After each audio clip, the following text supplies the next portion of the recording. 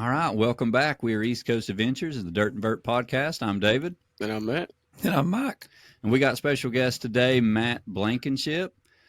Matt's fairly new to running, but he's not new at all to sports and endurance events. Matt's a pretty talented athlete overall. We'll get more into that aspect of what all he's done in the past. But for now, we're going to start off with Matt. Just tell us a little bit about who you are and how you got into running. All right. Matt Blankenship. I'm 48 years old this coming year, so I'm actually 47, but I always like to church it up. And I played sports my entire life. I played high school football, baseball, college football, played 1 year of indoor football, and then got into CrossFit when I was 38, 39, opened up my own CrossFit gym, and then got into, through that, Olympic weightlifting. So the long story about the running is when I owned the CrossFit gym, I had recently remarried, and my wife and I were having drinks one Saturday night, and she's a runner, and she's ran marathons. She's always road raced.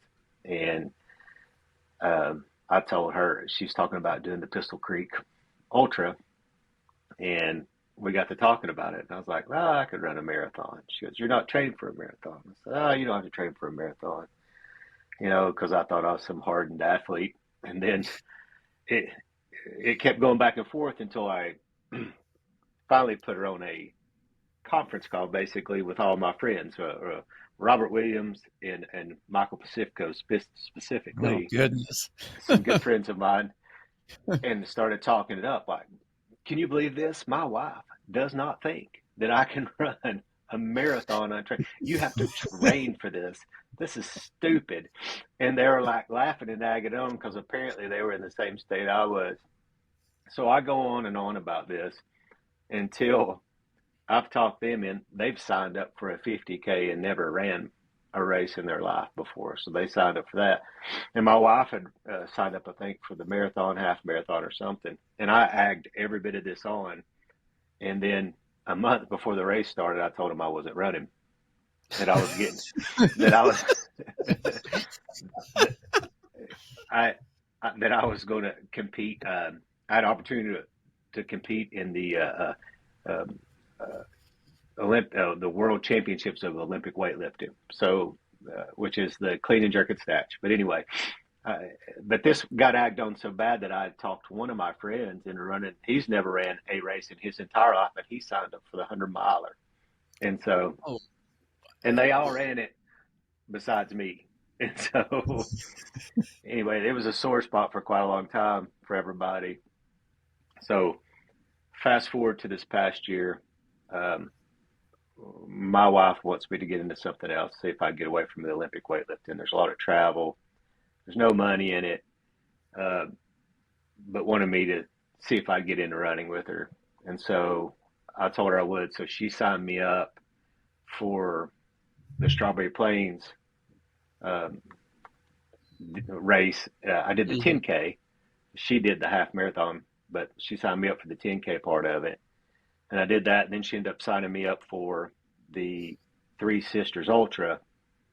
And that was actually my first trail race and all that. So that's how all that kind of panned out. So yeah, that's where it went from. The guys continued to run all the years and cuss me, and I was just sitting in my shop getting fat. So you did 3 races this year. Uh-huh. Was that payback for waiting a few years to finally do your first one? So the first race, going back, so I'm pretty sure I ran the 50K with Pacifico. You did. It was that first year. It was 2017. Because the guy that was running the 100, what was his name? It was Fletcher Duke. Yeah, he beat everybody. This guy had never ever ran hardly at all, and signed up for 100-miler, and he walked it to the end and finished it. But yeah he had it was like, what, it was 32 hours was the finish. And he crossed the line like at 31 hours and 58 seconds. Oh my gosh. But he had And never, I mean, he'd never done anything like nothing. oh, What was his he longest? he called me. He called me while he was running and said, "Hey, I just beat Mike and I just beat Robert on the 50K. I'm crushing it." And then I showed up. He had 10 miles left, which I guess was one lap left in that race. And he was off in the spirit world, dude, like Chavez. He's just a cripple. Well, I wonder how he felt about beating Pacifico and Oh, Williams in the 50K. he was I'm regretting sure at it. that point he was regretting Yeah. every minute of that. Yep.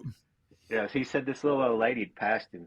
Well, he passed this little old lady at the beginning, and she was doing the 100K, a 100 miler, and she told him, "You better slow down, honey. You're going out a little hot." So, yeah, Did that guy keep running after that? man, he stopped for a while, went off the military, and then most recently he just tried to do the Grayson Highlands, and he did the same thing. Went out a little bit hot, um, taking off up the mountain, and wasn't probably wasn't prepared for all the downhill beatdown that you get on that. From what I understand, Yeah. it's pretty rough. But Well, back to I have, the I my have a first. question for you. Go ahead. Go ahead.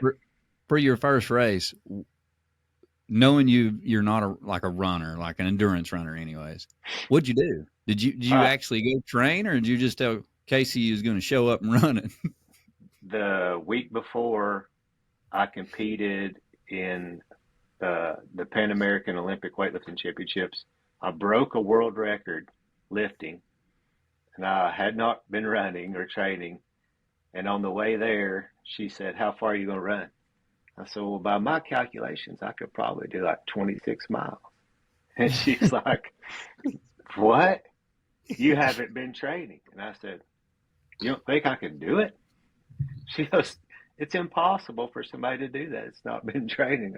And that's all it Matt took. ran 26 miles. You run 26 miles. Yeah, 26 miles. I ended up by my watch at the end. You know, y'all have different watches than I do, but by the Garmin, 27 and a half miles in 6 hours. So, and I'd not trained, but luckily, Pacifico and Robert were there. Robert this was his first run back after he broke his leg. Mm-hmm. And he was walking the first few laps with his wife, and then he was standing in the trail waiting on me when I came through and said he's going to run a couple laps with me. Well, we start talking. Next thing you know, he's like, "You're not going to let her beat you." You know, he's doing the whole head games thing with me. I'm like, no, I'm not. You know, and so we took off, and that dude hadn't ran it's been a year since he broke his leg, and he crushed it too. Like Well, they usually do. That's the only time I see those two guys. It's like I'll see Pacifico and Robert at Three Sisters, and it's like every other time Pacifico has a new kid, and I'm like, dude, it's like it's the only race he does. You may want to give up something, running or kids. Yeah. But yeah, well, so hats off to you for finishing top 3 in the 6 hours for your very first ultra or your very first ultra endurance event. You got 3rd place, and out of your 3 races this year you podiumed 2 of them. That's pretty impressive. That's pretty good. I think I like the mental side of it, I guess. Yeah. So in your first 6-hour event, did you have any low spots that No, I mean, oh, it's odd to me. I don't feel like I have low spots. Like there's spots where I have to mentally reassess where I'm at and not talk myself out of finishing. I think the way I look at this is a lot different than what I look at most competitions I've done. Like when I go out to do these, I know I'm not like super trained. I'm not like you guys. I'm not on a program. I've not figured out, what my times are and all these things, right?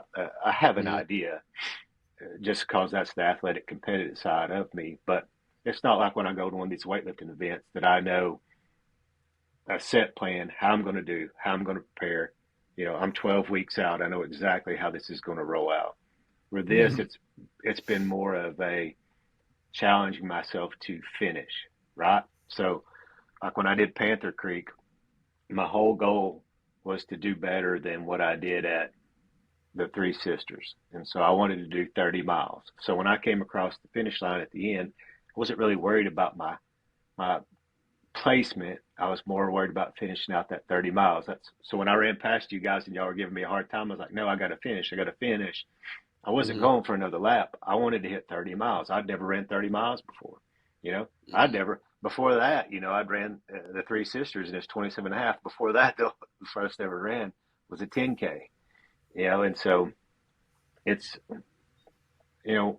more of the challenge part of it. Mm-hmm. And so I think that's kind of how this really gets to me, is I love that part of it. Like, you won't catch me run on the road because I'm just not going to stare at pavement for 6 hours at a time. So it's pretty cool to see that you did the 6 hour Three Sisters, then you did the 12-hour Fort Frenzy, and then the 6 hour dirt circuit. And what's interesting to look at is that the 6 hour Three Sisters, like you said, you ran 26 miles. You come out to Fort Frenzy, 12 hours, you run 40 miles. Now that's extremely hot, and that's in 12 hours. That's of course. Then you come back to dirt circuit and you run almost 30 miles in 6 hours. So huge improvement. Like, you're getting better every time you do it. It's at some point here soon. 12 hours, you'll be able to get 50 miles. You keep this up. Well, full disclosure on the 41 miler, the night before, I may have had a full rack of beer. So. Carb load. Yeah. He it's called hydrating. He was hydrating. I bet you were hating off that day. Oh, I was overhydrated, to say the least. And then it quickly gets out of you when it's 105 degrees and you're going up that first mile on that track, and you're like, oh my God, this was such a mistake. I should have stayed at the campground. But no, I don't know. It's just, I guess what I love about the trail running stuff is exactly what I love about my weightlifting stuff. Is I've played team sports my entire life, and these are really individualized things that you're getting into now. Like when I lift, I don't go to a gym with a bunch of people. I'm in my shop for 3 to 4 hours, 4 times a week by myself, training. And when you run, it's the same thing. When you're training for your run, for the most part on my side, if I was going to train, I'm going to go run and I'm out in the woods by myself. My wife runs, obviously, and we do it together, but we don't run the same pace. It's not like we're running side by side. So it's kind of our own thing. But when you get to these races or you get to these weightlifting events, there's this crazy community of people that get along. They all want everybody to do very well. They're all cheering each other on to their own extent. I can't tell you how many weightlifting events I've been to, knowing that I have a really good chance to win, and the people that I'm competing with are cheering me on or telling me good job or go get it, asking me if I need any help. And it's the same thing with the running. The trail running I found is you're in the woods, you're doing all this stuff, you're all dying together, you're all suffering together, it seems like. And everybody's just like, hey, you're doing a great job. Hey, do you need anything? And it's funny, like when I run across the finish line every time, I know I'm dying and I know I'm about to eat the biggest PB&J ever every time I come across that, that anytime you're doing, the loop trails. But it's the same thing when weightlifting. Like I would go hit a lift and I'd come back. There's people standing there, rooting me on, even though I may be beating them or I may be, or being better than them. But in the same token, I'm doing the same for them. Right. So I'm telling them, hey, great job. What do you need? What can I do? You've got this. So it's a lot different than what people think. It's like super competitive to some aspects, but on the back end of it, everybody's just wanting everybody to do well. It's like you're surviving together, right? That's cool to know that the lifting community's that way too. Because I didn't know that. That's awesome to see that there's that same camaraderie. There's that same family like community cheering you on. Yeah. Yeah, It goes a long way. Well, yeah, well, it's like if I'm not running a race, but I know one of you three are running, like I followed y'all doing the one across Tennessee, right? What was that? 300 Ball something State. miles, right? Ball Yep. State, right? I followed you guys, and I was rooting for you guys. You didn't hear me. I'm sitting in my house. I'm like, holy crap. Look at these guys. They're here. Look, I'm trying to follow you on this little ticker that's got so much lag to it. One minute you're out here, and then all of a sudden you've jumped like 20 miles. I'm like, holy crap, he's hauling ass. But it's the same thing. Like we all follow each other on this weightlifting the same way. And as soon as you do an event, like the difference is like ours is live streamed most of the time on these bigger events. So if it's on the world stage, international stage, like it's live streamed and everybody can watch. So I can go back right after I lift and my phone's blowed up with people that I'm just friends with, that I compete against, that may have not been at this competition, sending me like all these messages and stuff. And we all do that for one another. And you just build these relationships, because it ain't like I'm getting paid money or I'm getting some crazy sponsorships for going to do that. We do it because we love it. We do it because of that community. And I think that's where a lot of people might miss out on things like this. Like, they see me and they may see a meathead. They may see you guys and think, God, all they do is run. All they care about is that. They must eat super healthy all the time. And seeing people come into these things, and that's, I think, where all the buy-in comes from, right? Is like you fall in love with it. You don't fall in love with the fact you're running. I don't care who you are. Everybody hates running. Everybody hates lifting weights. That's what I say. But it's the community with it, for the most part, that makes it like, man, this is it. Like, we're all trying to do the same thing together.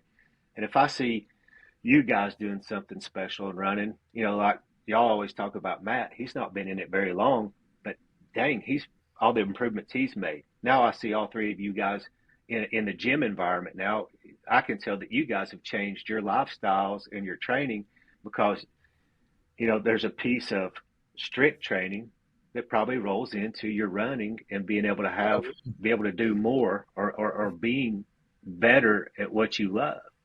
And regardless of what people think, when you're that person, there's people watching you no matter what. So I don't know, did y'all think that I'm sitting here watching y'all's post on y'all lifting weights and think, man, that's pretty daggone awesome.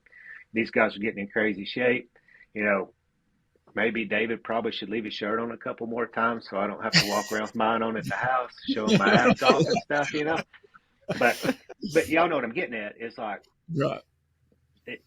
No matter what scale you're at in life, or where you're at, or whether you're a celebrity or you're the local celebrity or you're just some regular guy, people really watch what you're doing when you're doing special things. And so, like, I feel like what you guys are doing is a special thing. I didn't realize how many people kept up with me and thought what I was doing was a special thing, even though they didn't understand it, right? Like Olympic weightlifting. I know y'all give y'all a hard time about calling me a power lifter, because I am a Renaissance man. And it's two totally different things, but it's like people keep up with you and you just don't understand it. So the little things you're doing, people are watching. And so when you're out running, or you're out lifting, or you're out holding events, or the way that you guys treat people at your events, those things don't go unnoticed, right? And that's what draws people into these things. That's that community. That's what brings this in. That's what makes it a pretty tight-knit group. And that's why I enjoy running. Like, I'm not going to kid you. I do not like running. I like the mental side of it, the willpower side of it. But I also enjoy when I run across, and I've done my lap and somebody's like, good job, blah, blah, blah, blah. And I can goof off and kid with you guys. And it's rare that people who are our ages, that have careers, that we're out in the workforce, and we do different things, and maybe we're leaders at work, maybe we're not, maybe we're this, maybe we're that, but it's rare that you have a place where you have like true community, where everybody just wants the best for one another. And it's just, you lose the cutthroat part of it, and you get more into the, the human side of it, I guess. It's just like, man, we're so much better together, right? So yeah, and you're going out there, like, I think that's a great point. Like, you're lining up with CEOs, with supervisors, with people that may not even have a job, but their goal is the same as yours, and they've been putting in work just like you have. They're chasing that opportunity to push themselves to be better and to do it with that community and that culture. And you're exactly right.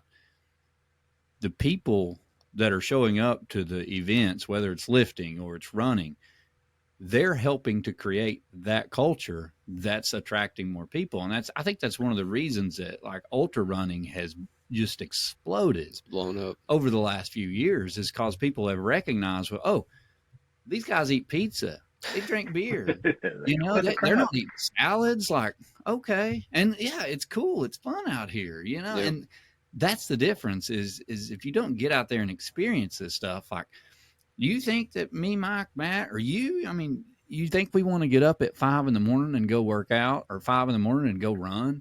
Absolutely not. There's days I'd rather shove a toothbrush in my eyeball, but we do it because we want to be better, and that's the thing, is like, you don't fall in love with what you're doing. You fall in love with the discipline of doing it so that you can improve, because, and all of us are competitive, just like you said, you've been in team sports and stuff all your life. You've obviously found other things after team sports that you want to be competitive at because it forces you to be better. Right. So that's like, so I journal every one of my lifts. Every lift that I do in my gym, every rep, it's written down. There's a comment beside it. And I went back after I broke that first world record last year, it was the end of the year before, and I counted, and I did 113,357 repetitions. So reps of 2 lifts to break one world record. So it's the process and the work to get you to your goals. It goes with my work life, my family life, and even, my fun, which my fun seems like a process. It's like I have an innate ability to take a perfectly good hobby and turn it into work. So, but I don't think people see that. And I know, but I think the process of everything is what makes it worth it. The process is the struggle. The process is the suffering. The process is the good, the bad days. But sticking to that goal, knowing you have to get through that mundane, because that's what it is.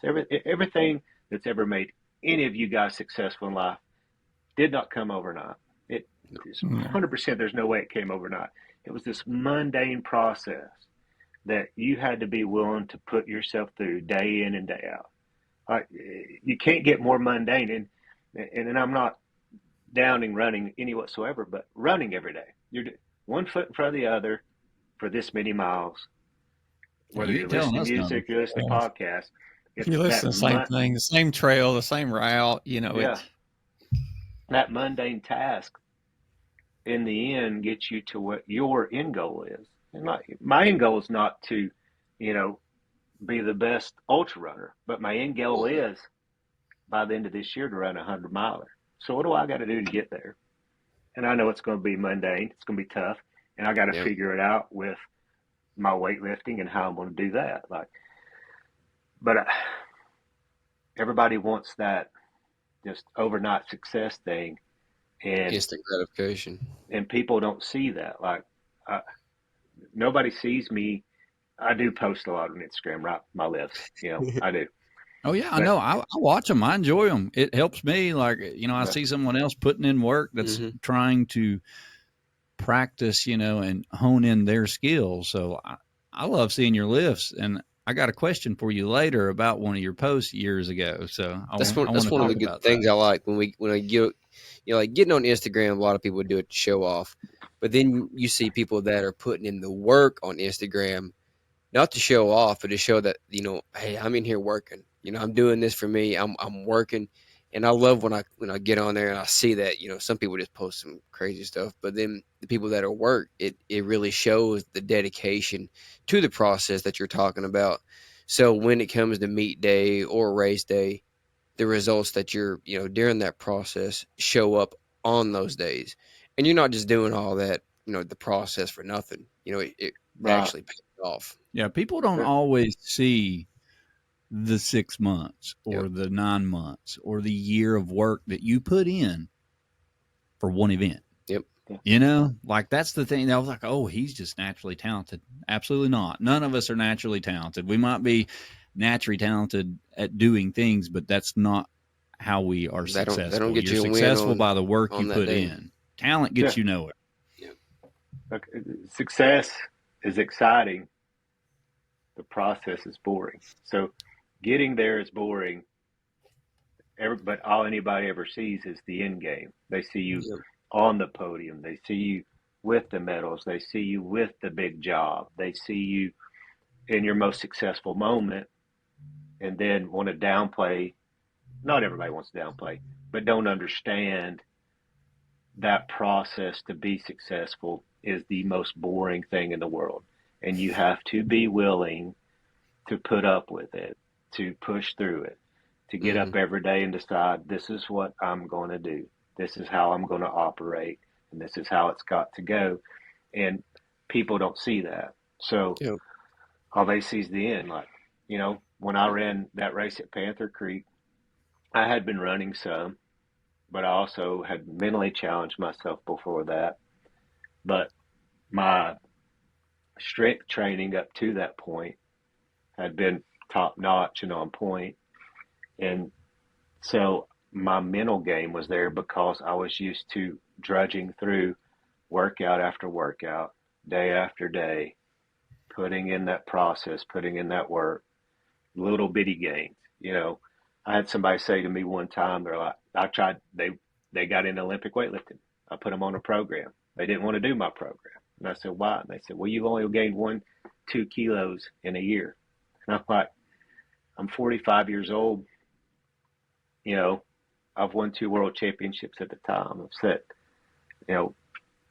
tons of records, but all they could see was that 1 kilo. And it takes years and years to get the 1 kilo, the 2 kilo, to get the minute off of your mile time in the woods. I don't think people see that. And so, to me, if I was to take 30 seconds off of my mile time right now, I'd be just stoked. Like, this is awesome. Look at me go. I should probably get me some faster shoes. So, but give me 30 seconds off my mile time. I'll be happy. I'll be really happy. So when you did the 6 and 12 hour, did you have any leg pain, or do you think your lifting helped you with that? On the first 6 hour I did, my ankle was the only issue I had. I cramped twice, rubbed it out, and I was fine. The 12 hour, I cramped up a couple of times because of the heat, and I know nothing about, and mistakenly had beer the night before, right? Like, that made a lot of sense. Like, hey, I'm going to crush this 12 pack. I'm going to go run 40 something miles tomorrow. But, trying to figure out how to do the salt tabs and eat right in the run. I think that could be a game changer for me, right? I'm not taking it as serious. It's something I'm doing with the wife at the time, but I think the little things that you could add to your process. I know you guys probably have a regimen, right? That you run, you know, at this point you're drinking this, you're eating this, you know how much you got to hydrate, how many salt tabs different and stuff. Scenarios where sometimes it works, and then other times you look back and you're like, what in the world is going on? And sometimes you just can't figure it out. And I think you're on a great track mentally. I think you're well ahead of a lot of people mentally with what you do on trail running, with your weight lift. Well, like the Panther Creek, when I ran it, I wasn't sore the next day. I was fine. So I was lifting the next day, but I don't, I don't get super sore. Is Yeah. what it boils down to. Well, and I'd say that's a lot to do with the lifting, and your body's used to clearing lactic acid just from the amount that you work out. Mm-hmm. What do you think has been the hardest thing for you to endure in a run so far in a race? Like, what's the hardest thing you've had to manage? Do you want to elaborate, or do you want me to kind of elaborate on what I think you may think? No, I want to get your honest opinion. Like, what's the biggest struggle you've had in a race that you've had to like work through? So when we ran the 41 miler, I think we were on lap 5 or 7, and it was right before the storm rolled in there at Fort Frenzy. Mm-hmm. It was like 105 degrees outside. It was, I don't know exactly. It was 100 degrees. I'll tell you that. It's Right hot. Yeah. And Yeah, you so were start the up ambulance. yeah, and so you go up the first hill, and that's what I'm getting at. And so you come down that big long hill, and Yeah. the pounding had my quads cramping up, Oh yeah. and then that's when and I got to the bottom of the hill. I was questioning, man, am I pushing too hard? Is this like I need to step out? I get through the trail. Next thing you know, there's EMTs walking down the trail, and there's a guy fell out. Right when I start questioning myself, I was like, all right, just keep cruising. You're gonna be okay. Whatever. Cruise on through, cross the road, go up the hill, and I start down the grass field, and it starts sprinkling rain. And apparently the good Lord was like, Matt, it's not your time. And then that big storm rolled through, right? And I was more happy about running in the woods in this crazy storm. Like that reinvigorated me. Trees are bent over. You're not looking at where you're running down. You're looking up, praying that tree ain't falling over. And then when you get back to the picnic area where the start finish line is, it's like people are wondering if you're going to stop. I'm like, no, I've cooled off. I've regained my composure. Like that reinvigorated me. It's like it got me back to where I needed to be. So, but I've been fortunate too, is that run and the run before, I have my friends that have ran a lot. So you had Robert Williams and Michael Pacifico that ran with me. My wife's running too. And so that helps. I don't know. It helped mentally keep me into, like, I think that's another thing when you go back to this community deal. I've got my good friends out there that are just dying and suffering with me, and it's 105 degrees, and this is the dumbest thing in the world. My dad's like my dad's like, why are you doing this? You're gonna die. You're gonna have a heart attack. I have to do it. And kind of my attitude towards it, but like having that camaraderie that when one of you wants to just give up, the other one's not willing to let that happen.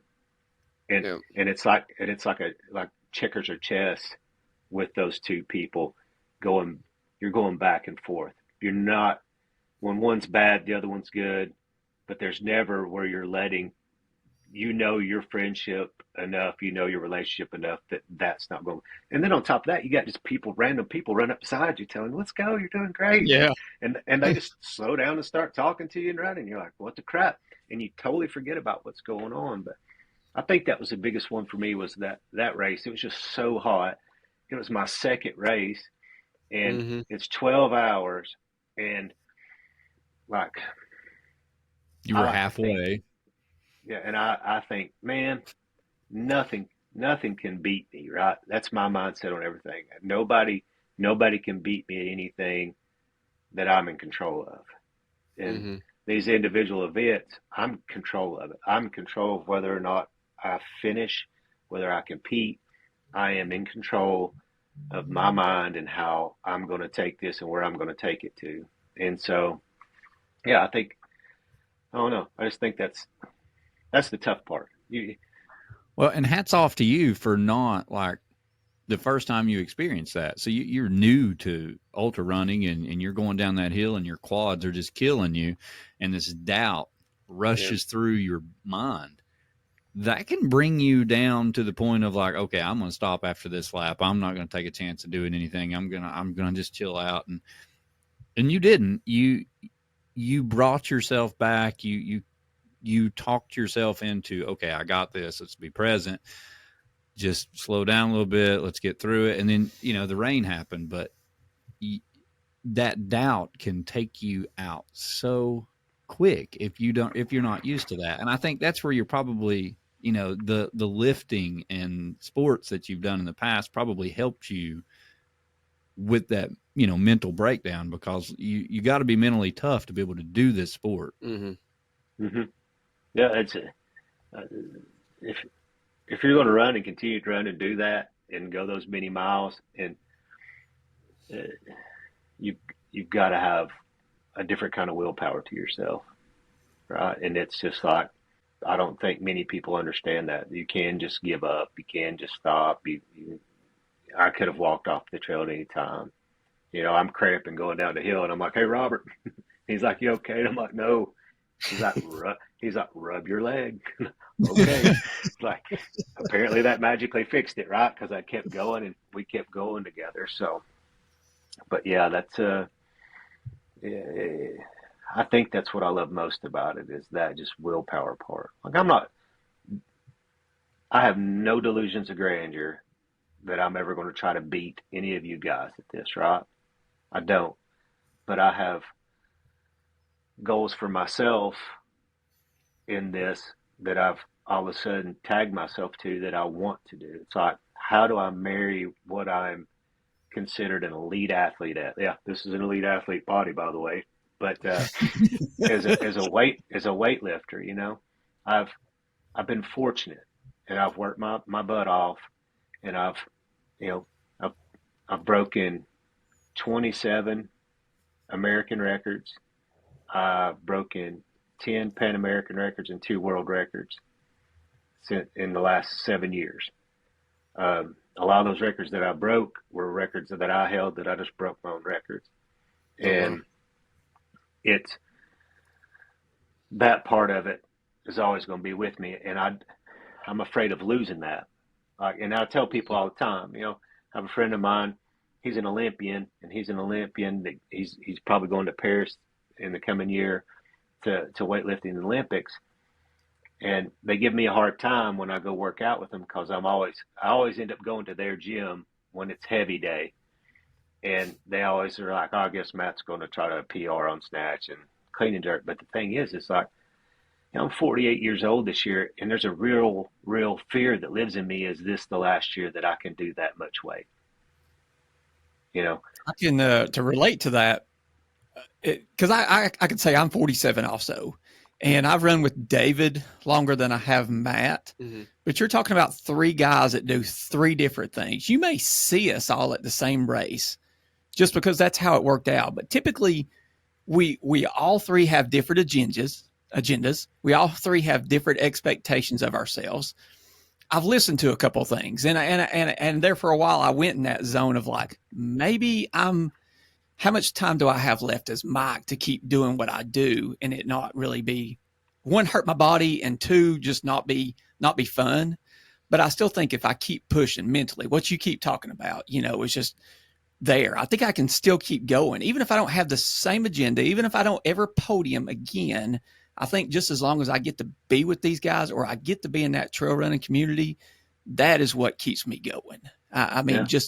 Just when, I don't know how to relate it to your lifting, but I couldn't imagine that you all always go in there and, everybody lifts the same thing. You all have your little perfect little click that you're good at, something that you're great at. David is just all around powerful. Matt's fast, and mm-hmm. So I used to be faster, but now I'm just like, man, I just don't want to lose that part of me. Like you don't want to lose you.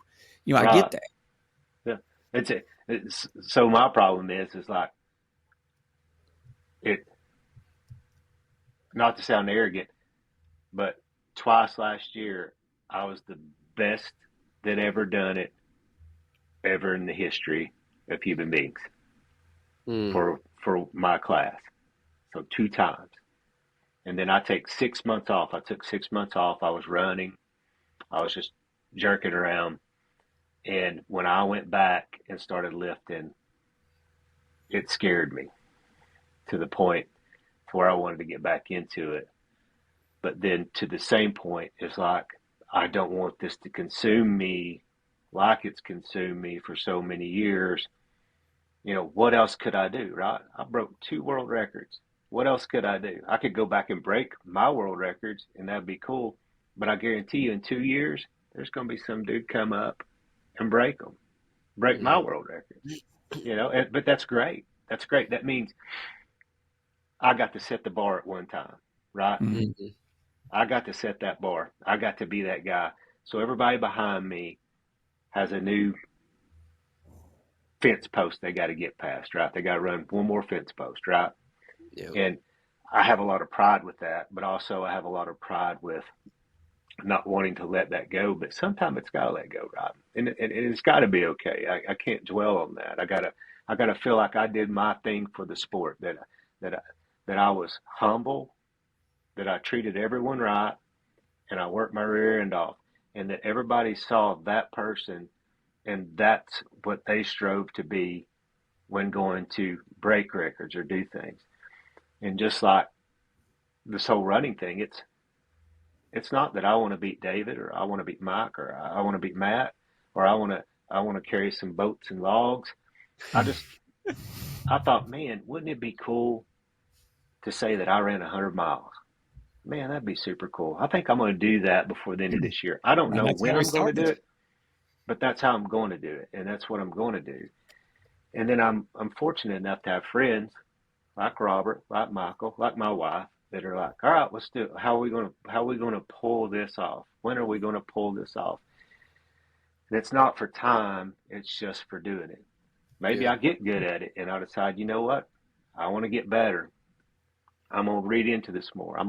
But I think if I dig in and my goal is to do the 100-mile, then I'm gonna figure out my nutrition. I'm gonna figure out my training. I'm gonna figure out, you know, when to take a salt tab, when not to take a salt tab. How many pizzas can Matt eat in one race? You know, but I guess that's the drive in me. But at some point, right? It's the last time you went and played tag with your friends. You didn't plan it; it just happened. Yeah. And everybody wants to leave their legacy. Yeah. You know, like their goal, like their accomplishments. And the thing about it is your legacy is based on, and this is just my opinion, but like your legacy is based on the people that you inspire to do the thing that you're doing, or to inspire people to do other things. And when you inspire that person and then they inspire someone else, I mean, that's how you leave that legacy. Like, you've inspired people to want to break your record now. They're aware of it. They see what you're doing. They're following you. I mean, I see your lifts on Instagram. I'm following you. And that's how you leave your legacy. I mean, you can break all the records in the world. That doesn't mean people are going to remember you for breaking those records. People are going to remember you because you inspired them to be better. And then they in turn inspired someone else to be better. And that's how you leave that legacy. It's the inspiration that you're passing along to everybody. And that just spreads and grows. And that's what attracts all of us to want to do this stuff. Yeah, I agree with that. I mean, I think your legacy ends up you telling people or showing people and making it to where they're capable of doing more and being better, right? So I could go do all these things, but if I don't tell people how I did those things, then I'm not leaving a legacy, and I'm not being humble. I'm not being the person I feel like I should be. Where if I do these things and I'm capable of doing these things, just like in my work life, right? You know, I run a company, and it's basically a sales organization. If I don't teach these younger people how to do things, and I just expect, oh, well, Matt did that, I can do it, but I don't teach them, give them the tools to do it, right? They're not going to be able to.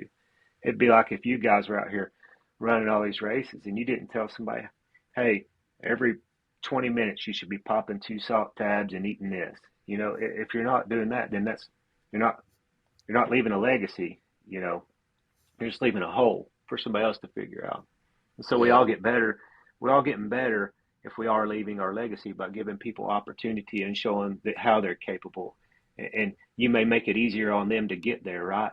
But then they're going to be the next step, and they're going to see how you treated them, and now they're going to treat the next person like you did and possibly better. They're going to see, hey, David could have done this better for me. Not that you were crappy to somebody, right? But could have done this better for me. So now they're taking what you've done for them, adding their little bit of take to it, but they're passing it down. That's one of the things I always really enjoyed about strength coaching. When I was a strength coach way back in the day. I owned a gym for a while, and everybody was pretty open to share what they were doing and why and how. You know, they have conferences for it, and people are passing information, and that's the legacy of it, right? You know, I think that's what's happened in running, the trail running. You know, people had the secret sauce a while ago, and there probably wasn't a ton of people, and all of a sudden you see, 4 or 5 people running 100-mile races. They're crazy. Well, all of a sudden they're not crazy. All of a sudden there's kind of like a plan you could do, and there's a running program you could do, and there's some nutrition facts you could take. And now you've went from running one in 32 hours. Now you're down in 24 hours, and then maybe a little bit lower than that, because people are willing to share information, and that's how that legacy goes. Like, you have to be willing, I guess, once you've done great things, to hope and pray that the great things you've done you could pass on so someone could do them greater. Yeah. And you not take credit for that, right? Like, well, right. I told them everything they know and blah blah, right? It's I don't know. There's a and this goes whole back to this community. Like, I'm just big circle, but and you said it really well a minute ago. Being humble. Yeah. You know, there's a humbleness in all of this. There's just and that's why I like it. Like, all the things that I've gotten tied to as an adult that I like about sports and competition have always had a community. You know, I owned a CrossFit gym for a while. Same thing. Everybody's in there. Everybody wants to beat everybody. Everybody wants to beat each other. Nobody's keeping secrets. But everybody wants everyone else to get better, and they're all sitting there yelling for one another at the end. I go to these weightlifting events. It's the same thing. If I go to a gym and I'm training at somebody else's gym, you talk about getting hyped up because everybody's in there telling you you're going to hit this, you got this. People stop and watch you lift. Everybody takes time to watch everybody hit these individual lifts, and they're pausing their life, their workout, to make sure that you're getting what you need from them, that motivation, that momentum. And then it's just like running, you know. I bet a ton of people I was running, you know, and we're sitting there talking. I couldn't give you their names to save my life. But I know when I tripped and fell at Panther Creek and just went yard sale and all my stuff flew everywhere, that somebody was standing there telling me I'd be all right, asking me if I was all right, and keep going, you know. And I think as we get older, it's just, the more successful you get is you're tied more into these community things, and these community things push you to be better. And as you're being better and getting better at your craft, maybe y'all are a little bit more serious about it than I am, but you don't treat me any different, right? Right. Y'all may be the champions of running, but when I show up, I'm getting hugs and talked to. Like, I've been running them forever, and I think that's just this whole organic thing that happens in these sports as we get older, and we're doing things that make us so uncomfortable, right? So when I compete in a weightlifting event, I'm standing out there by myself in front of hundreds of people, 3 judges looking at me, and I'm on an island, right? As soon as I walk, but everybody's yelling for me, right? And it's the same thing with running. You're basically on an island when you're running. Then all of a sudden it's just like, boom, everybody's just like, hey, you've got this, you can do this, keep going. And I don't know, I'm starting to ramble a little bit, but it's just all this, you know, it's a lot of positivity to it that you just can't get enough of. It just draws you back.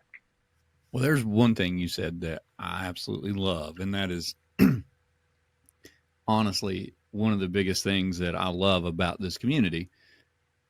And I also think it's you should step back and think about the people that you're around, because if they are not sharing how to be successful with you, then you're not in the right crowd anyways. And, that's what brings a lot of people to these communities, is because we are willing to help. Just like you said, it doesn't matter if it's your first day out there or your last, like you ran 800 races like Rob Apple. If you come around that loop and we see that we can help you, or we need, anybody, and it's more than just us, it's anybody. And you see it on our races and other races. But we're going to share anything we can to help you be successful. And that's how it should be. If you don't have people around you like that, you need to find them. Yeah. Yeah. That is going to go further than anything you can do in this world as far as leaving a legacy and helping you to grow and get better. We all want to be able to share that, and it's got to start somewhere. And I love how you said that, because that is how you leave part of your legacy, is sharing that knowledge of how you got to where you're at, in hopes that you inspire someone to take it even further. Man, I love that. That's awesome. I think people worry, though. It's like in your work life. If people feel like if you share too much about how you got somewhere, that they're fearful that that person's going to overtake them.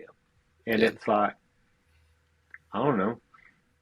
I used to be like that. I can't lie. I used to be very judgmental and worried that somebody was going to come in and just swoop in and take what I had.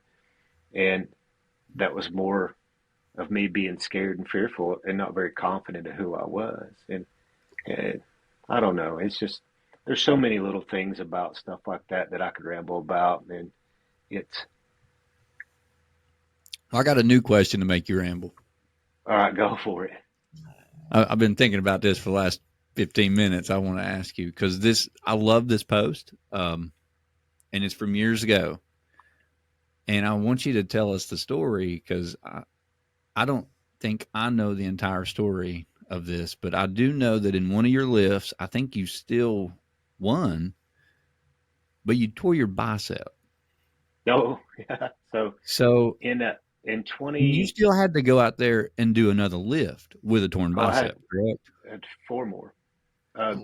Tell us the story. I want everybody to hear this, because I think this goes to the fact of showing why you're successful already in ultra running, because you are mentally tough. The sports have helped you develop that, but I want people to hear this story. So in 2018, I qualified for the Olympic weightlifting World Championships in Barcelona, Spain. The week before, 3 weeks before, my daughter was in tumbling and was learning how to do flips. And she was wanting me to catch her in the front yard, and she's doing flips. And she's doing one. I thought she wasn't going to make it, and I took my arm up underneath her, and I pulled my bicep muscle and my forearm muscle to where I couldn't even grip anything. So immediately go to a PT friend of mine. He checks me out. He says, "You're going to be okay." And I'll go back to him in a little bit. "You're going to be okay, Matt." Blah, blah, blah. So my wife and I fly to Barcelona. We land on a Monday. I'm competing on a Thursday. I'm in the warm-up area on Monday. I want to get a lift in, because it said after a flight, if you go ahead and do some sort of exercise as soon as you land, within hours of landing, it helps with jet lag and all those things. Yeah, I've heard that. And we've been on the airplane for like 11 or 13 hours. I don't even remember. So I go lift. I have 95 pounds on the bar, which is nothing. And I go to do a snatch, and I feel an awful pain in my forearm. I can't grip anything. Instantly, my forearm turns black. I've torn something in my forearm, apparently, and it hurt. So I go back and go all days of our lives on my wife about how it's the end of the world. We've flown all the way over here. I'm wasting all this money. I have a good chance of winning the world championship. I'm ranked in the 1 or 2 spot. And so Thursday rolls around, lifting day. And I go over there, and I have a guy who's meeting me from the UK. And the guy's named Sam. Well, when I go find Sam, Sam is a woman. And so that lightened the mood. And then her boyfriend was coming, and he was going to help as well with me, what they call counting attempts. So basically tell me when it was my turn and telling the judges in the back what's my next lift going to be. Because once you pick a lift, the next person behind you can say, well, I'm going to lift more, and they'll go, and then you immediately have to go. And so it's a back and forth kind of chess game. It's really weird, and it's pretty intense. So I'm in the warm-up area, and he tells me before I go out, he goes, before you pick up the bar, Matt, just know it's going to hurt. He's from the UK. He's got the whole Braveheart accent, you know. And I'm like, yeah. So I'm You're pumped up. Oh, yeah. So I start lifting, and I look at him. I said, there's no pain. It's just a little stiff. There's no pain. It's just a little stiff. And I get through all the warm-ups, and I go hit my first attempt. And I think it was 114 or 15 kilos. And I was like, yeah. And I come off, and he's like, what's the next one? I said, 118. So the next guy goes, and I go, then it's my turn, and I go out, and bam, pop and catch it. And I feel something in my arm. I stand up with it. I make the lift, drop it. I walk off the stage. The guy walking past me is like my main competitor. And I was like, good luck, brother. And he's like, good lift. I said, thanks, you know, pretty intense. And I walk off, and I look at this guy, and I'm like, my bicep's going. And he's like, do what? And I hold my arm up, and my bicep was down here. It didn't roll back up. It completely detached from my forearm. So I had no bicep. And am I allowed to cuss on this? Oh, yeah. Yeah. All right. He's like, oh, shit, mate. It is. He says, good fucking thing you don't need a bicep to do Olympic lifts. So what's your next weight? And so I go, 120. So I go out, and I hit my next lift out of the blue, like 120, 264 pounds. Pop, caught it, drop it down. So there's like a 10-minute break, and then the lifts go on. And it's between me and two other guys. And at this point, it's clean and jerk time. So you're doing cleans and jerk. Mm-hmm. And I hit my first one, but there's 3 judges in front of you, and each one of them scores you with a red or white light. So I had 2 white lights and 1 red. And when I went back and watched the video, it should have been 3 reds. So what happened when I pumped it, I didn't have that stabilizer in my bicep that usually held it. And if you have any elbow bend, it's a no lift. Mm-hmm. And so, but it counted. So I hit that one. So my second lift out, I went, and I was just so jazzed and so pumped up that I pulled too hard. I hit myself in the throat. I crushed my throat, about pass out, missed the jerk. And then it come down to my third lift, and I had to hit it to win. Or I had to hit it basically to podium. And I went out, crushed it. And then the guy that I was directly competing with missed the lift. And then the guy, there was a guy from Germany I was competing against, and he missed his last lift. So I ended up winning. And so I went, that was my first world championship. So I go off the side, and they're checking my bicep out. But like there's 2 funny asides to the story. But the first one is my wife was in law school at the time, and she was sitting in the stands doing like homework, and she was supposed to be watching me, right? Well, I asked her after the fact to show me the videos, and she videoed the wrong guy. So there was a guy there's a guy from the U.S. wearing the same singlet as me, had dark skin like me and dark hair, and she was videoing him, not paying attention any whatsoever. And then after the competition, I'm getting drug tested, and so most competitions I get drug tested. Like if you win, there's pretty much you're going to get drug tested. And so I'm sitting there, and the guy from Germany rolls in, and he sits down beside me and has a big grin on his face, and he's holding 2 beers, and he hands me a beer. And through all the commotion, he'd caught what had happened to me, and he gave me my best compliment, my Rocky IV compliment, and I cannot ever forget this. But Thomas said, "You're not a man, you're a machine." So I'll live off that for the rest of my life. But yeah, That's it's pretty intense. I came home 3 weeks later, had my bicep reattached. Was going to not lift anymore because my goal was to win a world championship. And the guy that was coaching me was like, "Hey, be a cool story to come back next year and win another one after your bicep in 1 year." 9 weeks later, I was back lifting, and I rolled back in that year. How painful that is? Like, what did that feel like? It's I don't know. It's hard to explain. Like the worst. I can't even fathom to think about that right now, but I can imagine what it would feel like. Probably the worst pain you could ever feel in your entire life. When it originally happened, when my kid did that, like throw up, just crazy intensity. Oh, wow. But when I was in Barcelona, when it actually detached completely, I didn't feel nothing. Well, you know, it's weird. The guy I work with, you know, the guy I always send you snaps of, Sam, he tore his from the bottom and it rolled up here and he had a big knot. Yeah, and that's where mine tore right there.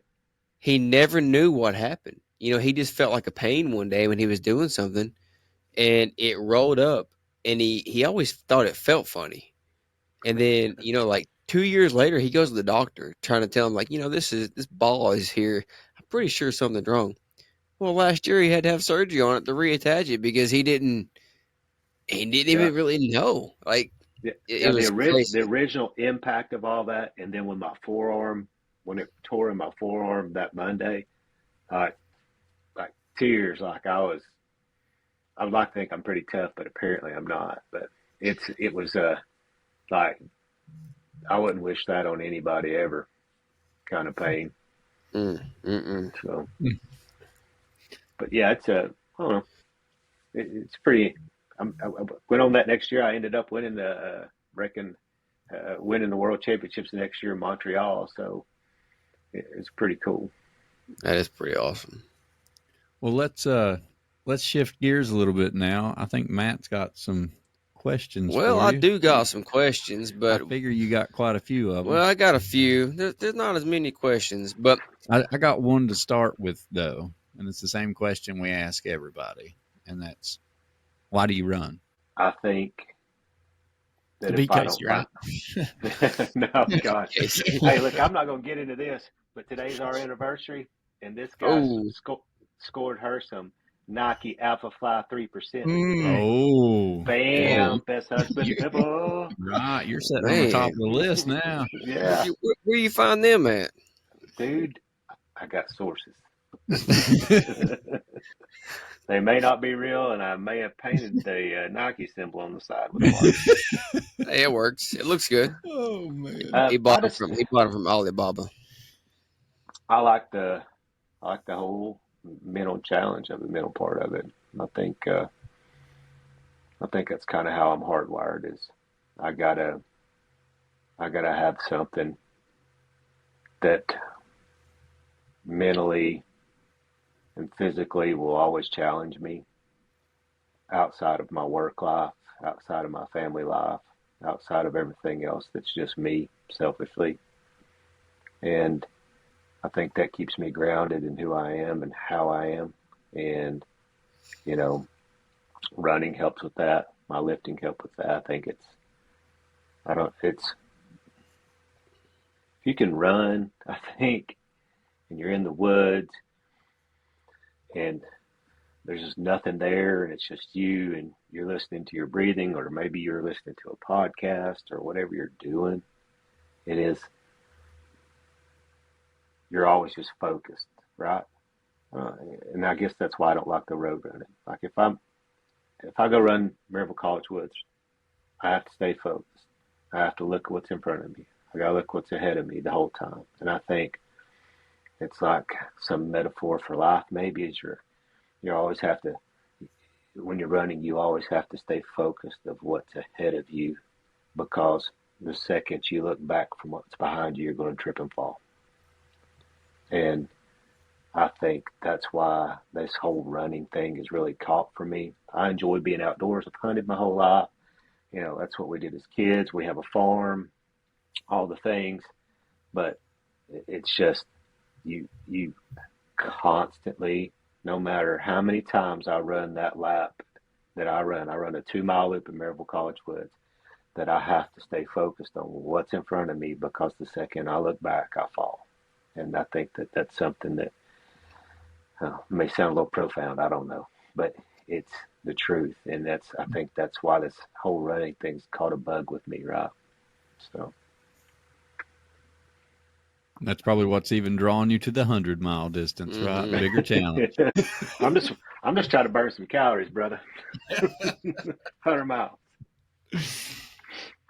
All right, we got a few questions here. I want to do a few that are going to should be a short answers, and then we got a whole section that we haven't talked about that I've got some questions for. All right, we had somebody ask, are you going to keep the Bronco that you're building? Yes. So, a little known fact about me is I restore old Broncos.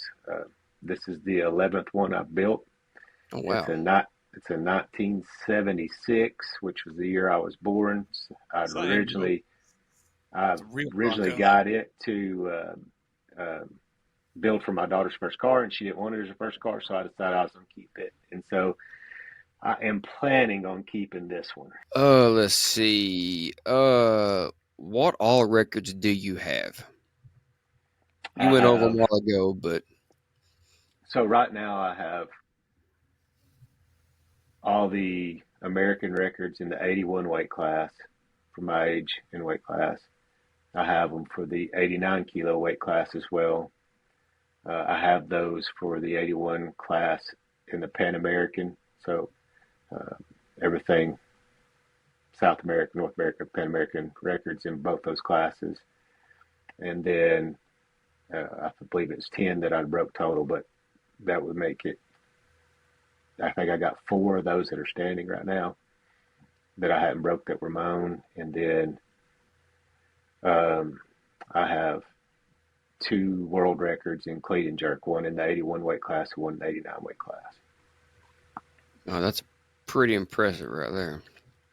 It's pretty cool. So, yeah. Okay, let's go into, let's see. Got 2 more running questions, and then we'll go into this big question. What is your favorite distance so far? I don't know. I think I was expecting him to say none. None of them. Well, I think the Fort Frenzy one, actually. And I just think, man, it was just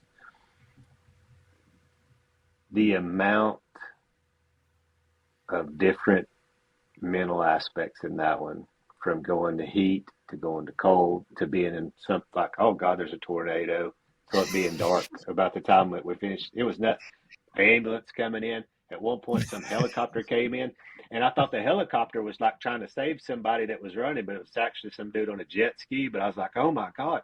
And then there's people talking about there's a guy that fell out in the porta potty, and you're like, what in the world's going on here? So yeah, you all come experience Fort Frenzy.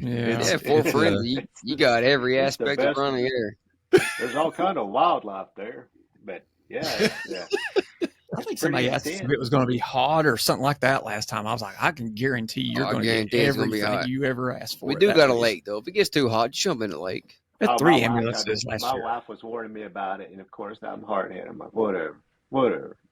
Oh, yeah. And after that second lap, I was like, this is the dumbest thing I think I've ever done in my entire life. Okay. All right. So now we'll get into this few questions of another part of your life that we haven't talked about. I figured Matt had questions. Oh, yeah. This is, as being a football Tennessee fan, this is something I want to know about. This is probably the only time that I've ever talked to somebody who has a 1998 national championship from the University of Tennessee. Mm-hmm. I don't think I've ever talked to anybody, So, what high school did you play football for?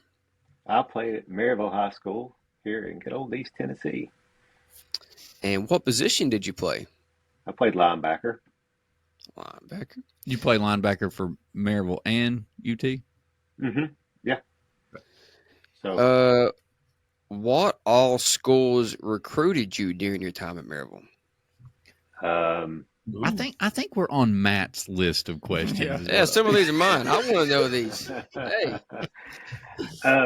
we got all the other ones that were popped up. I think it's 25 years ago. Well, the two biggest obviously was Tennessee, and the other was Alabama. So Alabama had come and watched a guy in Oak Ridge. We were playing Oak Ridge in a scrimmage game, and they came and watched us there. And he came up to me after the game and told me that I apparently was the only football player on the field. So, well, that's a good compliment. We talked to them. I had a lot of small schools talk to me as well. Obviously, my size and stature at the time, I was, high school, 5'8", weighed 185 pounds. It's exactly, I'm 5'6" now at 185 pounds. That's from all the lifts. Oh, yeah. Yeah. He's been compressed over time. So why did you choose Tennessee football? Amazingly enough, before I went there, I'd only watched 2 college football games in my entire life, and both of them were in the UT Stadium. My dad took me to a game when I was a kid, and then a friend of mine took me when I was in, I think I was in middle school. So I never went to or watched football growing up. It's just not a thing that we did. We were always out hunting and doing stuff like that. The draw to Tennessee was the weight room, of all things. I'd fell in love with weightlifting in high school. We got my sophomore year started a weight room there at Maryville, and we had the bigger, stronger, faster, deadlift, squat, and bench kind of thing. And then when I went and visited UT, I pretty much fell in love with that aspect of it. It's always been a big part of my life. What years did you play at UT? I played football from 95 to 2000, and I was a assistant strength and conditioning coach from 2000 to 2004. Oh, that's pretty cool right there. Yeah. I was there for a long time. So let's talk about the 1998 season. What was that like? I mean, well, let's do 97 and 98 because you got to play with Peyton Manning, and then you got to win one. You got to win one with T. Martin. So what was that like? It's so I still keep a lot of the friends that I played college ball with, and it's fun to go back. We have reunions every year, which is pretty cool. I don't know, it's pretty surreal. Being that young, you don't understand really what you're in. You don't understand the significance, and especially now with how the programs, had its issues over the years and had troubles and stuff. You didn't know the significance of what you were a part of, and people, think. I was never a fan, so I never understood it until I got out of school. I didn't understand a lot of those things. It was, I don't know, it was intense and it was fun. I remember, so I was a walk-on, and it was a little different for me. I went there, and I would like to think I was a good football player. At some point, one of the starting defensive linemen said that if we would have went to any other SEC school, any of the people on the scout team on either side of the ball, we'd been starters, in which some people did leave, and that's what happened. They went, like Ole Miss and some other schools. They left and were starters and team captains, but they'd walked on at the University of Tennessee at the time. I was playing linebacker with the likes of Leonard Little, Al Wilson, Craig King, Nick Jester, Tyrone Hines, all these big name guys. And it was just something crazy. I remember going and getting to dress for the Syracuse game, which getting to travel as a walk-on was a big deal then too. And watching Donovan McNabb his senior year, right? That's who we played. And just like, he was a human. And then we pulled that game off and ended up winning with a field goal. And then, it seemed like we won every game that year with a field goal. Yes. It was pretty awesome. And then being around, you're around people like Peyton Manning, the guy you see on the TV cutting up and being that person, like I could 100% say he was always that person to me, always nice, treated me respectfully. And, even after he was gone, he came to watch us at the 98 National Championship game, and he's getting interviewed in the breezeway at the hotel we stayed with in Arizona.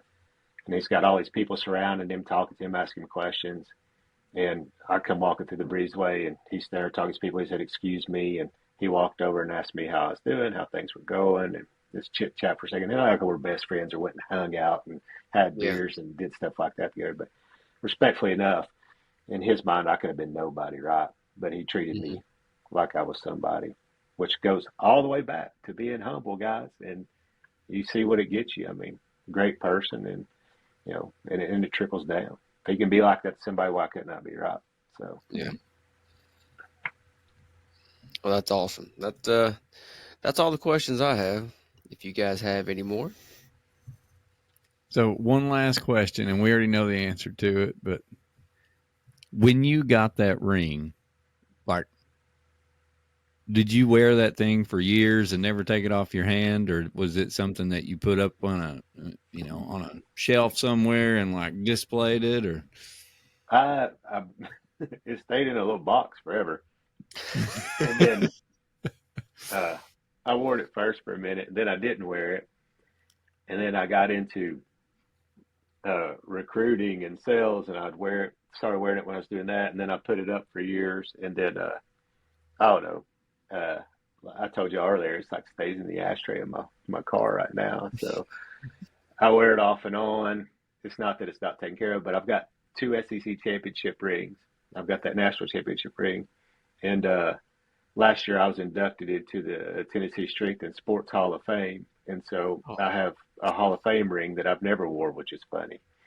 But it's so big and gaudy, I don't want people making fun of me, unless I was going to a bar and ended up thinking, hey, you're going to get in a fight. You need to protect yourself. I don't know. Anybody that listens to this podcast now that rides with Matt is going to be opening up his ashtray. Yeah. Next time you're at a race, they're like, hey, we're going to start this race, but let's go here to car. They don't have ashtrays anymore. What do you call those? It's a little secret compartment where you stick your phone in. If you're driving to the next race and, we're there, hey, we're all going to be a little. I'd like to see it. That'd be pretty cool. That's fine with me. That's fine with me. I was there at a lot of games. That was from my time frame. We were there in Florida game. Me and my best friend were. I was there. We dragged a goalpost down Cumberland. That was an epic time in my life. I was the same age as you, and that was a big part. I didn't go to college at UT at all. I didn't go to college, and like I said, but we went to games. Boy, we went to games. I mean, I was there. I was in. I never understood what a fan was until I got there and just seen like the intensity of it all and how people. It's in us. It was there. It is a stinking religion. I mean, it is, and that's how it is. All sports in the South are like. Earlier today, you hear about Saban. Is retiring, and the girl that works with my wife, she loves Nick Saban, and she's like, my year's ruined. 10 days into this year, and it's ruined. 2024 is over. Yep. Yeah. So, I got questions for you guys now that y'all are blowing me up with questions. Yeah. Go ahead. So, let's hear it. Knowing my training background and stuff, what would y'all suggest be my first 100 miler? Well, you're tough mentally, that's for sure. Because that's what I said earlier. You're ahead of a lot of people that don't know what to expect pain wise. I don't know. What do you? I would say something on the road. No, he hates road though. I ain't running a dang road. I would definitely find a trail race that has a little bit of elevation. I was thinking the same thing. Because knowing your background, knowing your history, you're strong. You need the hills to break up the muscles. Yep. The repetition of what you're doing, and that will help you. I mean, there's a lot of good ones around here. I would definitely try to practice with a loop course. I always recommend that, like whether it's a 6-hour, 12-hour or something, even a 24-hour, if you want to try to run at night. but practice your food there, because Yep. running 24 hours is a whole lot different than running 12 hours. Yep. And Yep. you need to figure out your nutrition. But if I was going to do a race, I would try to do a point to point or an out and back. So you've Yep. got a lot of good ones around here. I mean, Georgia Jewel's a hard race, It's hard. but it breaks it up very nicely. And it's not that far away, but there's a couple good ones. No Business is a great race. Mhm. It's probably already sold out. It is. But there's a lot of good 100s around here like that. I would definitely try to find something with Or, I mean, 12 to 14,000 feet of elevation. you can even find some loop races that are 100-milers. So, you're always got, you're Hey, coming Matt. back. Yeah. Do you and Mike know that I've tried to talk David into running a race at my farm? I own 150 acres in Middle Tennessee, Well, and it's got it's got an old 10-mile long enduro racetrack on it. Yeah, we need to go explore that we place. need to one go day. run over there one day. I think I heard you told us that it was at the dirt circuit. You told us that. Yeah, I mean, think we it were is. I talking about it about a year ago, but that was when we were still trying to get doing all those other races, Yeah. and we were just kind of like, I would We do need I to would explore that now. guarantee you the hills and stuff on it would kill anything that we've run around here, even Fort Frenzy. we need to go spend a weekend there and run it. Yeah, let's go run it. Well, I'd have to clear it now. We'd have to mark out what we wanted to do. We Is could there probably any make trails it. there? Is there any trails there at all? Oh yeah, like the old trails are all there in the woods. They just need to be cleaned Yeah. up, and then we got fields and stuff. I mapped it out the other day, and just running the field edges, you get 4 miles in a loop. Yeah, So, 150 miles. You could do a lot of running over there. Let's do it. We got to get this Cherokee 100 out of the way now. There you wait, go. hold up. What's the Cherokee race. 100? Oh, here we go. So Where's that's it at? When? so July 20th, and it's going to be 100K this year. It's 50K, 100K. But it's going to be in the Cherokee National Forest. We're submitting the permit this week. Yep. So we're getting that all in. We're going to try to have it ready by July 20th. That's the date we want to put the race on. And it's going to be 7,000 feet of elevation. 7,000 for the 50K and about 12 to 14 for the 100K. And then once the 100-miler next year, hopefully, it's about 22,000 plus. And we're thinking for the 100K, it might be a belt buckle race instead of just a medal. We've ran that's probably pretty rough. 85, 90% of this trail. Mm-hmm. There's a lot of climbing, but beautiful views. I mean, it's not just climbing for pointless climbing. Like, you climb stuff where you actually get to see pretty stuff. I can't remember a view one of anywhere I've ever ran. I'm just looking down at my feet thinking, Jesus Christ, you guys, come on. Y'all keep moving.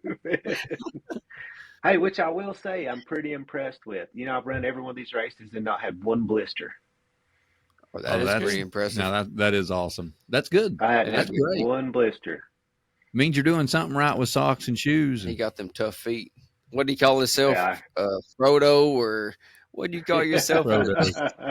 I was doing it for Frodo. You catch Matt in the middle of a run in a weak moment, like when he's not in a good mood, and there's no telling what'll come out of his mouth. He said, I'm looking like Frodo out here rolling in the dirt. He was hating running at that hour. I was heading to Mordor and doing it for Frodo. We can send you a list of a couple of the 100-milers around here that we think might be good if you need them. There's another really hard one that's really good at the end of the year, and I'm thinking about running it, but it's the Pinhoti 100. Pinhoti. Yeah, I've looked at that. That's and it's in cool November, I buckle. think. Go ahead and do double top. You do all three of them.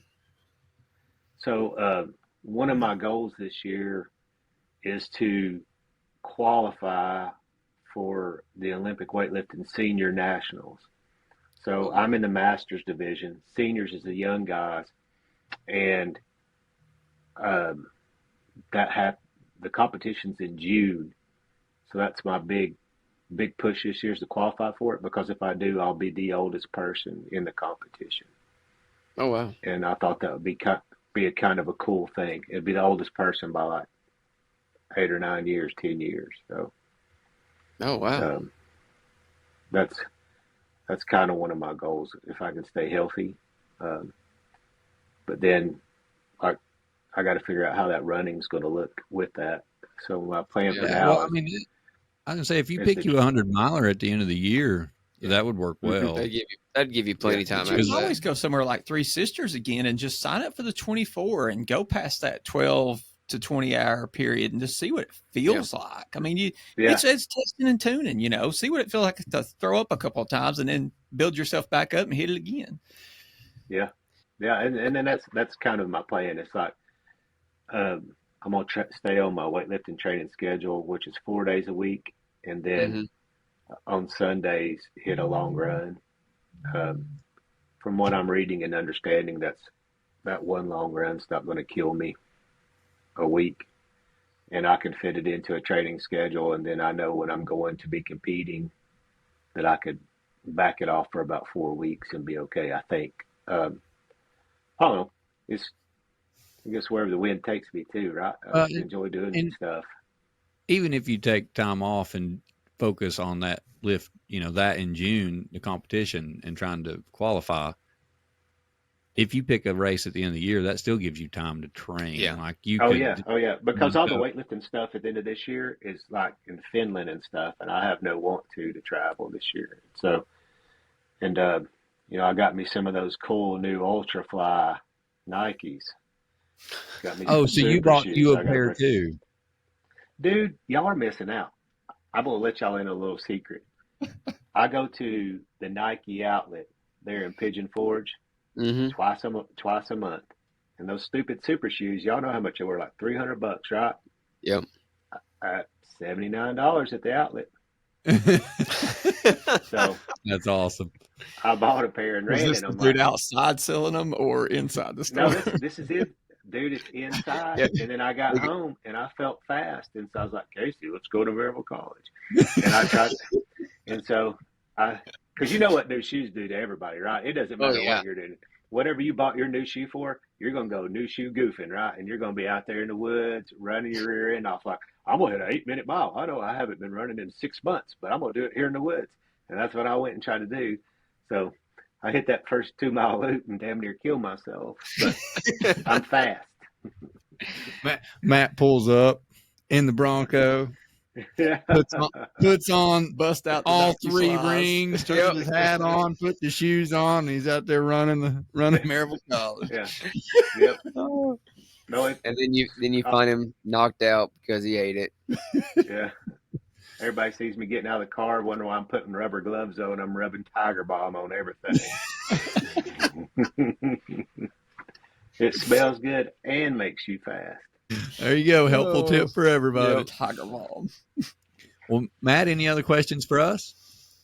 No. I do want to say I think everyone appreciates like how you three treat everyone at your events, how you treat everyone at events that are not yours that you're helping with. It don't go unnoticed. It's y'all make this a little bit more inviting than it would be. Anytime like the biggest thing is like that first time my wife ran Three Sisters, I had to go train that day. I was just going to drop her off, and she was kind of wigged out about it. And the first thing you're saying is like, hey, she can share a tent with us. Hey, she can hang with us.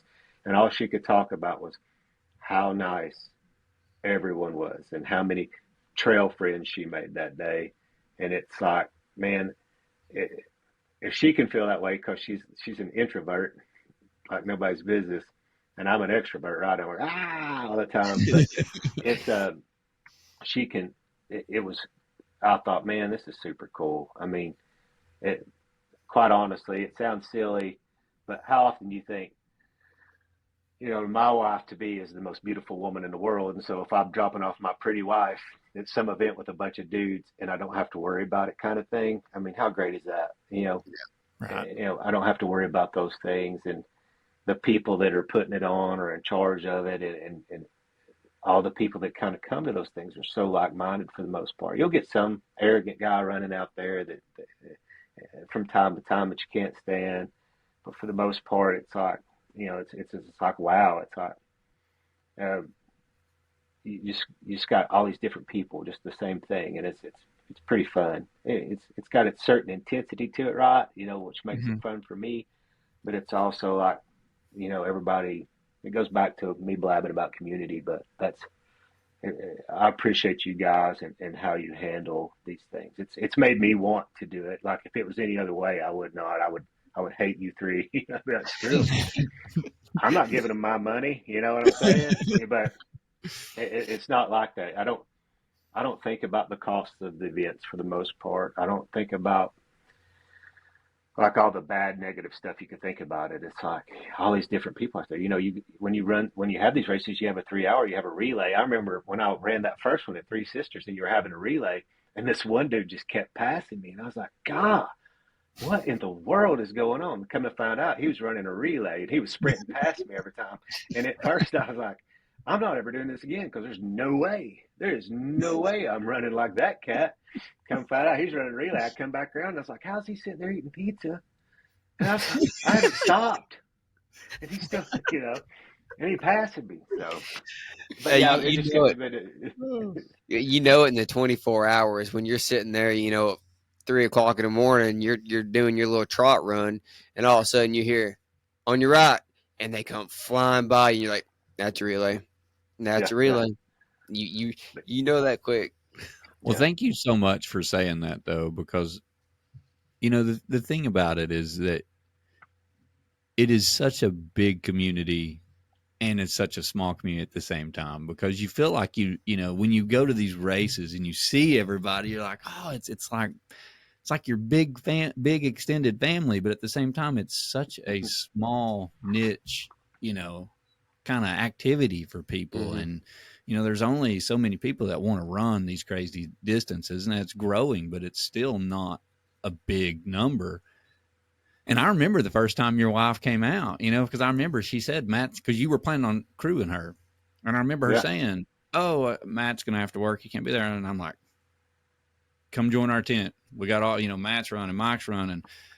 Mike's dad's going to be there. We got you. We'll crew you, you know, whatever you need, just throw your stuff in there. And man, we all just had fun, and you pour your heart into the event, whether you're putting it on or you're running it, because the people are doing that for you too. Yeah. And, you know, you get what you give, and it's that kindness, and you're sharing it, and it's that humility, and it's teaching people. And, you know, like, there's only one reason that me, Mike, and Matt are still here, and that's the fact that people did that for us.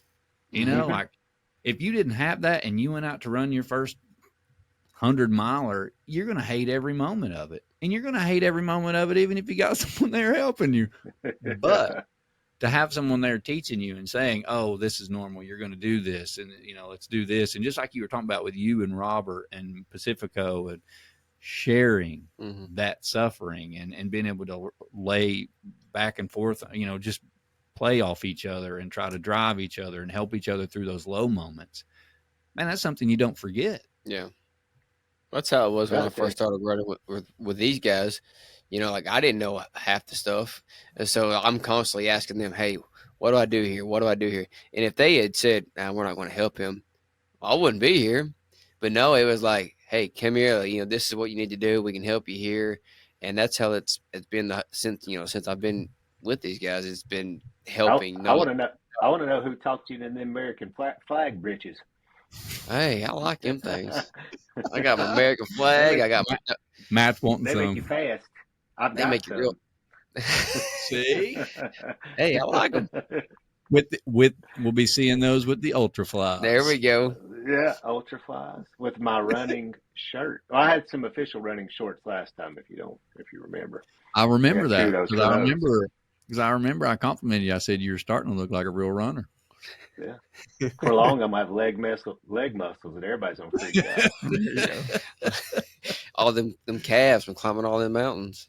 Yeah. Well, you guys got any other questions for Matt? No, this has been great. I got my Tennessee questions in. I think I'm good. Well, Matt, thank you so much for your time. Definitely. And for sharing your knowledge and your experience and telling us a little bit about, you know, your whole history with lifting and the records you broke, and even sharing your stories with college football. Because, I mean, that's, you know, Matt's right. There's probably not many people we're ever going to have on this podcast that played for the national championship, you know, and won it. So that's pretty awesome. Yep.